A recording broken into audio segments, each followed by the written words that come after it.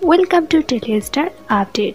আবার টেলিভিশনের পর্দায় ফিরছে জনপ্রিয় জুটি। একসময় স্টার জলসার জনপ্রিয় ধারাবাহিক ছিল খুকুমনি হোম ডেলিভারি।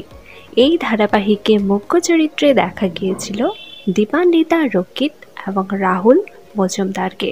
এইবার সকলকে চমকে দিয়ে অনেক বড় সুখবর ঘোষণা করলেন তারা।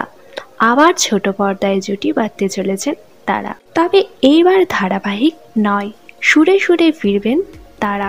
একটি গানের অনুষ্ঠান সঞ্চালনা করতে দেখা যাবে তাদের।